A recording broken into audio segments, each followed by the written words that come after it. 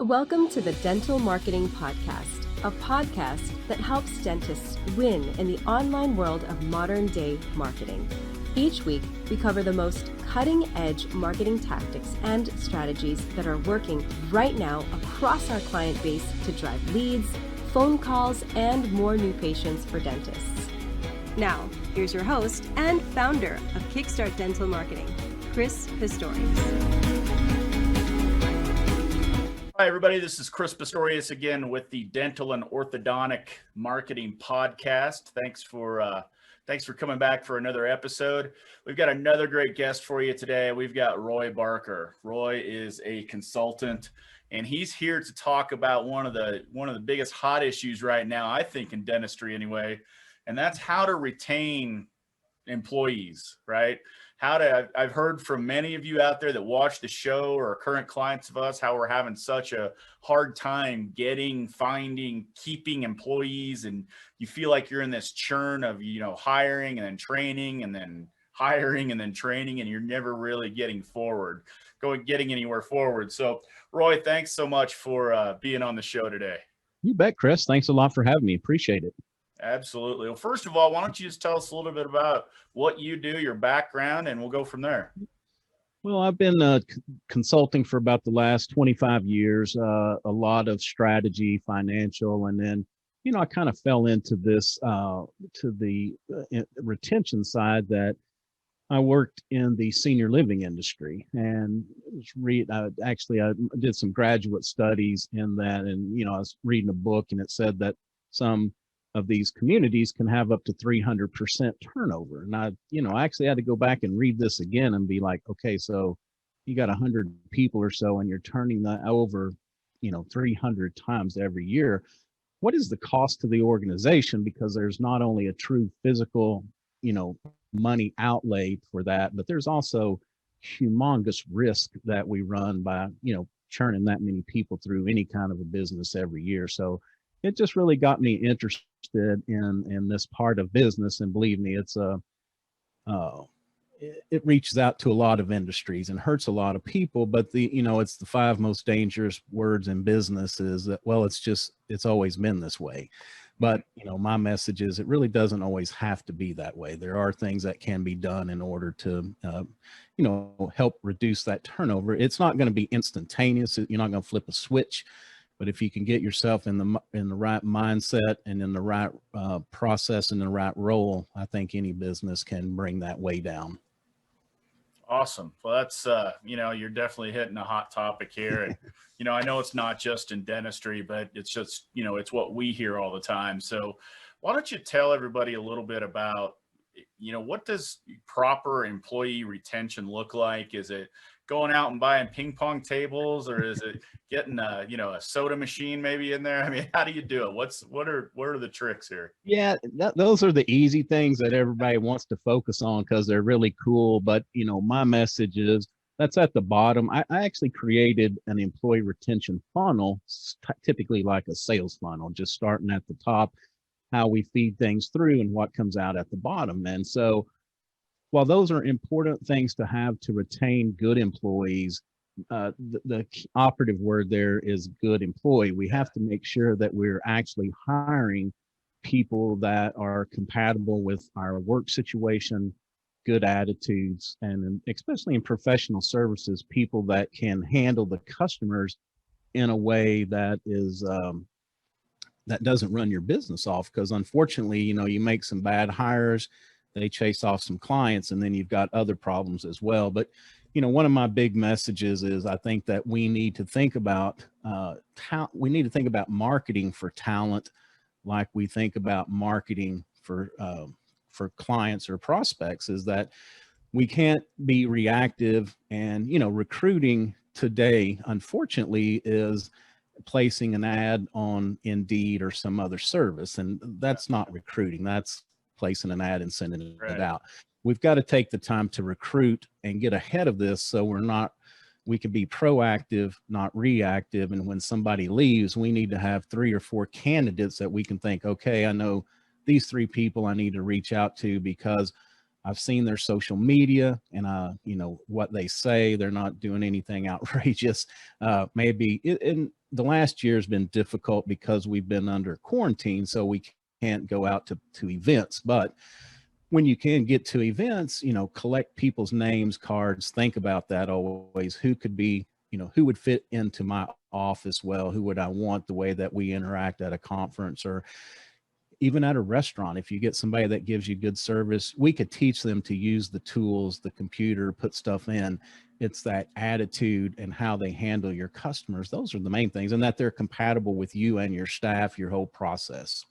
Yeah. So That's that. And there is a whole science behind this. And sometimes we do this, but have you ever heard of or have any experience or any opinion on using some of these like employee personality tests, right? I think one's like a Colby index where you take them through an exam and it kicks out some numbers. It's supposed to show their personalities. Have you done that before? yeah, actually in the senior living industry, there is a company that focuses on care and caregivers, because unfortunately over in that section, they get so far behind in hiring that it's just more of a cattle call. They just bring as many people in, and we kind of used to joke that the litmus test for getting hired was, first, do you have a pulse, and secondly, do you like the elderly? And everybody's like, oh yeah, I do. But the reality is, taking care of taking care of my grandmother for me is a lot different than taking care of yours. And so there were not only skills but aptitude tests to find, are people tempered with it. A couple other things that they would actually screen for, not really hidden but out in the open, would be substance abuse and a predisposition to file workers' comp claims. And at first, when I heard that, I actually called the guy that designed it, a psychologist, and called him and said, like, are you sneaking a question in the back door? Are you twisting something around? He's like, nope. He's like, we come right out and ask, have you ever, would you ever, have you ever considered? Because he said those types of people live in a different world. He's like, they are very open. They talk to their friends about it. So he's like, the best way is just ask the question. On the drug side, it's could you pass a screen today? And if they can or can't, then there's your answer. But it's also about getting out there for that recruiting part, to like have people in mind, but then also that assessment. That's the huge second step before I even want to see anybody for an interview. Is we need to have a industry specific, if we can, or position specific assessment to run them through prior to even bringing them in for an interview. That's going to give you a lot of clues about their aptitude, how they can interact. And like I said, it's not about, I know how to run the computer programs at the office. It's as much, can I learn it? Am I willing to learn it? Those are the types of things that you should be looking for. Yeah, that makes sense. And I don't think, we use these personality tests more as a guide. It comes back and like, okay, yeah, that kind of aligns, but we're not going to eliminate somebody just because their personality test didn't, because some people can get squirrely taking tests, right? Yeah. I mean, I just don't think it can be an end all be all, when you're talking about hiring. Right. Yeah. And I like those too, because they're more positional. If you're applying for a sales role, do you have that sales aptitude versus would you rather be behind a computer, just leave me alone, let me punch in my numbers every day? So a lot can be gained from that. But a couple more things is, not only, when the other nice thing about the assessment that I was talking about is they would actually generate questions for you to ask in an interview. And so we need to really think about, what kind of questions, and not the typical ones that we used to hear about. Do you want to be a big fish in a little pond, or a little fish in a big pond? And, those kind of things, because people learn how to talk around those. So we need to ask very important thing. If it's a customer facing position, what would you do in this position? Have you ever been in, run through some of these real life challenges? But then the next thing is, the onboarding, and I always suggest setting up some kind of a mentorship, because I mean, Chris, if you just hired me tomorrow, and I mean, I know computers pretty well, but I come to your work and I'm not that proficient with whatever you've got going on. Well, I don't want to come to Chris and say, hey, I'm the guy you just hired yesterday and I don't really know what to do here. If I had a peer, somebody I could say, hey, I'm having a little trouble, they could provide that guidance. Because I'll tell you what, a lot of times the new employee will get frustrated and say, I'm out of here. And then you get the no call, no show. And here you go again, back hiring. So that onboarding process, it's key. And when I say onboarding, it's not laying a 3-ring binder on somebody's desk and give them a couple hours to read through it and said, we're done. It needs to be spread out over a period of time, depending upon how heavy it is. But I mean, that could take 2 to 3 weeks, not, 8 hours a day, but little bits and pieces. Get the important stuff out of the way, follow up, and then also have follow-up guides for, maybe these are the tasks that you need to complete every day.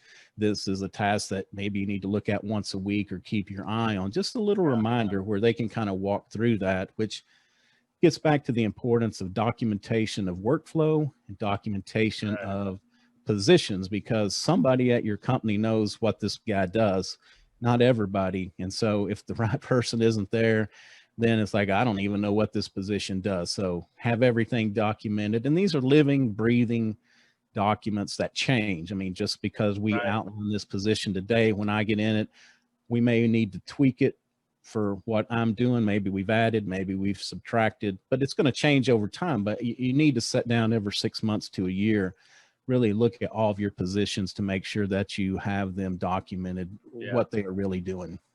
Yeah, I totally agree. And I'm writing down some points as you speak. This is great stuff. But, I read a book years ago, and I've actually read it a couple of times. Maybe you have too. It's called E-Myth Revisited. And it talks about, no matter if you're a dentist or you're a McDonald's, the author uses the example of a McDonald's in most of the book, and how it's set up, how a franchise is set up, right? Where they basically a franchise is the machine, the process and procedures really are the machine, and then you plug people in that have well-documented process and procedures to run that machine. Exactly. And then he says you can apply, you don't have to be a franchise to apply that. He talks about how everything that you do in your business should have a manual to it, a process, a procedure, so that if somebody got hit by a bus, for instance, a new person could almost just walk in and read that and be able to do that job. Again, that's not the end all be all, but I think it's critically important to have that. And I think a dental practice is not immune to that. I think that's something that they could use as well. Would you agree to that? Yeah, certainly. It needs to be documented. And nowadays we have access to things like Teams and Zoom, and there's another tool called Loom, which I love it because it's a screen capture. And so all these, even if it's a complex set of going here in a computer system, you can document it and have it there. So maybe you told me about it on Monday when I came in, I've forgotten, and next week I can revisit this video to figure that out. So we've got so many tools that there's really no excuse. It's just taking the time, and people think it's a waste, but it's not, because the next part is, as we grow, we need to know when we need to trigger that next hire, not just because typically what I see is people come in and they're like, oh my gosh, we needed to hire an extra person a month ago, and now we're already behind, so we're scrambling. But that way you can look at your processes, procedures, and what's going to be the trigger to add that next person. So it really helps in growth as well as what's going on right now. Yeah, that's perfect. And there's people talk about hiring and training, and it's kind of laughable type subject, but there's a pretty big risk, I think, in doing this too. And I know that from my own business. We have client success managers, and they're really the ones with the day-to-day communication with our clients, and they forge relationships and rely on each other. And so that's a very important hire for us.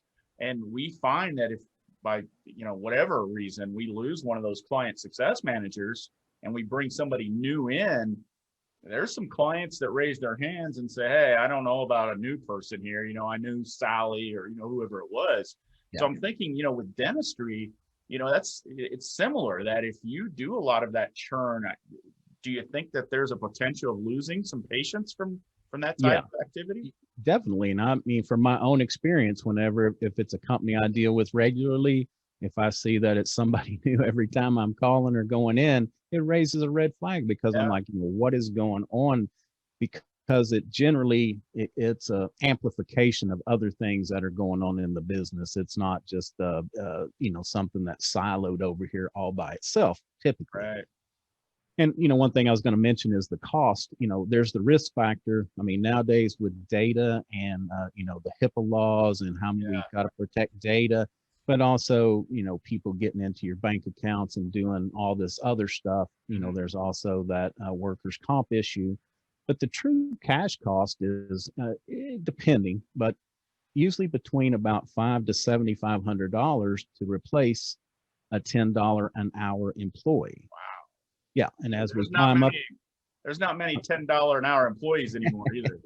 exactly, and there's been some studies of like your McDonald's workers that some experts have put that at up to $10,000 to turn them over. And so, another message is let's take some of that money and invest in our people that we have to help them and make them want to stay. The reality is too that people, and this isn't my study, there's a lot of empirical evidence that employees are not going to walk across the street for another dime or for 25 cents more an hour. It just doesn't happen. Now, on an exit interview, I'm going to tell you, Chris, I found more money over here, because I don't want to tell you that I don't like you or I don't like your manager or that there's some turmoil in your business. And, there's just an old saying that people leave managers, they don't leave companies. And so that's what we have to get to the root of is, what is that management issue? If we have multiple departments, we can look at, when we look at employee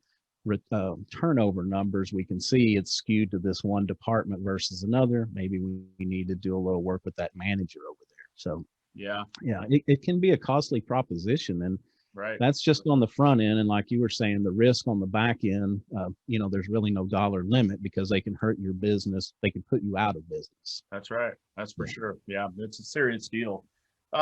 You mentioned earlier about marketing for talent, and I'll tell you what's happening now in the dental industry, as you probably already know, is that, we do marketing for dentists, and our job is supposed to be, bring in new patients, help you keep the ones you have, and then help you bring back in the ones that you've already had. Right. And so what we're seeing is, is we want to get the funnel full and get the new patients and make sure the back door is locked so that you're not losing patients, essentially. Exactly.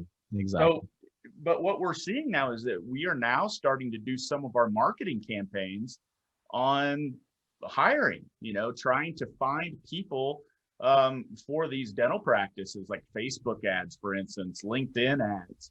We sometimes even manage Indeed for people. Are you seeing more of that happening now? And do you have some experience in managing that process, or what do you think of all that? Yeah, that's pretty forward thinking, and it's a good thing to do that. But the other thing I like to focus on is the practice itself. Is talk about why you're different, what sets you apart than being any other place. Like on LinkedIn or Facebook, if you have pictures of, we've got modern equipment, have pictures of your happy workers that are still working there. Those are all the kind of things to make me, when I'm scrolling through, to be like, hey, you know what? That looks like a great place to work. Maybe I'll put in there, or even if I'm a client, we can't overlook that even some of the clients that come through may make good employees. That it's something that you always have to be looking for. And, one thing I've heard a lot is that, people be out at restaurants and they get very good customer service and they just ask the waitress, hey, have you ever thought about being in the dental industry? Depending upon the position, but if they're going to be a customer facing, if they've got a good attitude, those are the things that we always have to be keeping our eye. You go to, if you're at some kind of a conference event, always be looking around for the intelligent type people that you feel that could work well in your organization. Write it down and say, look, maybe you say, I don't have a position right now. Would you be open to, if something opens up in the next 6 months, would you be interested in coming? Have those conversations, you can watch them on Facebook or, social media in general, because I'll tell you, I've had some people that I thought made great candidates. They said all the right things. And then I found some, oh my gosh, moments on Facebook. And luckily I checked it before, hiring, but those are things that if you know this person and that you think that they might make a good employee, it's things that you can always kind of be looking at over time, Right. not have to make a split-second decision. Like, I looked at this one page, this is what it says today, or, it gives you time to think about things like that. Yeah, I agree. And, another, I want to kind of switch gears a little bit in terms of retention. You don't necessarily hear about this in dentistry a lot, but what's your thoughts on maybe including like bonus plans for retention? Is that something that you think could help, or is money not the only object here? Typically, money is not the object. I think that you want to bonus those, you always want to bonus those good people that you have and keep them. But I think we kind of get back to what we talked about in the beginning, is that if I've got somebody with a sour attitude, I don't want them staying around for 6 months. So, we want to get that good hire that has the good attitude. But yeah, bonuses and things like that, and also too, we talk a lot about not necessarily money. Maybe you give them a trip, or people like events or like things that they can experience. So if there's something in your geographical area that would be cool to send somebody for a day, it's well worth it to give them a day off work, spend a couple $100 to let them go if you close early on let's say a Friday afternoon, send the women, if they want to go down and do the manicure, pedicure, pay for that. I'm huge about off-site events. I need to know you outside of work. I need to know your family, your kids. I need to know what's going on in your life. So when you come in and have a bad day, we can have a conversation. And I know, maybe if your husband's going through some illness or something, we can talk about that. But so many times it's just work. But go out and have a meal, cook them lunch, bring in lunch, do something. But you can't just, you can't do that and lock yourself in your office. You have to be a part of the group, the camaraderie, but really get to know the people. Yeah, that's great advice. Are you looking to grow your practice but are a little unclear on what the best way is? Let us help you out. We have over 13 years of experience in helping practices just like yours increase new patient growth. Just go to kickstartdental.com and sign up for a free strategy session where we will give you some great insights on how to take your practice to the next level.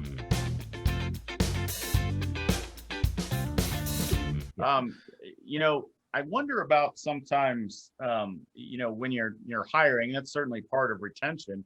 There's kind of a debate going on right now with dentistry and probably other industries of when you hire somebody for the long haul and you want to, have that retention, should you bring somebody in with a ton of experience, or should you bring somebody in with no experience?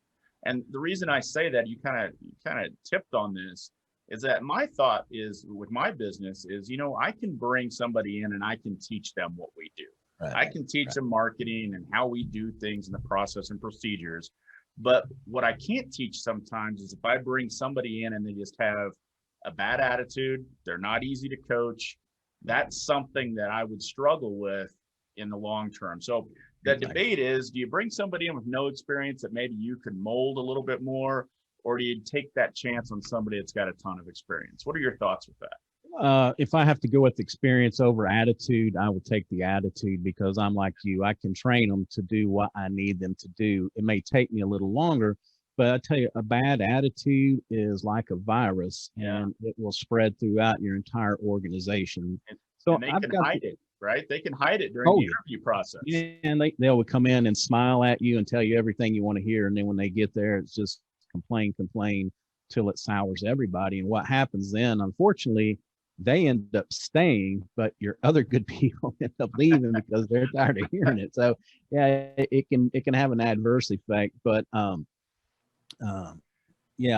have a kind of like a Venn diagram almost of, it's like skill, education, and grit. And I think we have to have grit, because people aren't going to always know every answer, but what I want somebody to do is know when to go find it. I don't want somebody just to sit there and say, I don't know. I want them to say, you know what, don't know it, but I can find out for you.